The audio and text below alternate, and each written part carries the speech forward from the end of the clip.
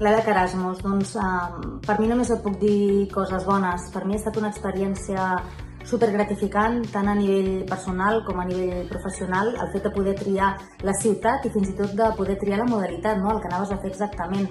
Jo vaig triar Florència, que per mi ja a nivell personal és una ciutat molt important per mi, perquè curiosament doncs, jo ja vaig estar-hi vivint durant 6 mesos en una beca Erasmus quan era estudiant universitària, i el fet de poder repetir a la mateixa ciutat però 25 anys més tard en una beca igual però per professorat, clar, et dona molt de joc, no? Perquè és repetir la mateixa ciutat però una experiència i una perspectiva totalment diferent. M'ha ajudat a refrescar l'idioma, òbviament, m'ha encantat perquè he pogut reviure molts moments viscuts fa 25 anys, però clar, no sóc la mateixa Eli, no? És una Eli 25 anys més gran i per tant amb més experiència i amb un bagatge que abans no tenia. Vaig estar en una escola de cinema que vaig triar, una escola petiteta, familiar. Això em va permetre conèixer-la de molt a prop, vaig poder veure la seva metodologia, vaig poder aprendre diferents maneres de funcionar. Nosaltres treballem en un institut molt més gran, en grups molt més nombrosos.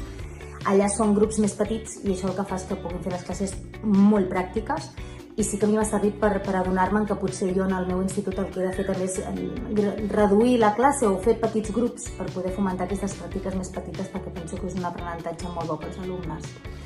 Per tant, en resum, per mi, una beca Erasmus és un aprenentatge, és una experiència viva, enriquidora a nivell professional, a nivell personal, i penso que és molt important i molt interessant que una institució com FP Mobilitat concedeixi aquestes beques. També és important que els professors ho coneguem i ho demanem, i al final en sortim beneficiats tots, perquè evidentment en primera persona hi surto jo per l'experiència que m'emporto, òbviament, però estic segura que els meus alumnats també n'obtenen un xic d'aquest pastís, no? Perquè l'Eli que torna amb un bagatge i amb una experiència i amb una riquesa cultural, emocional i professional que segurament no tenia abans de marxar.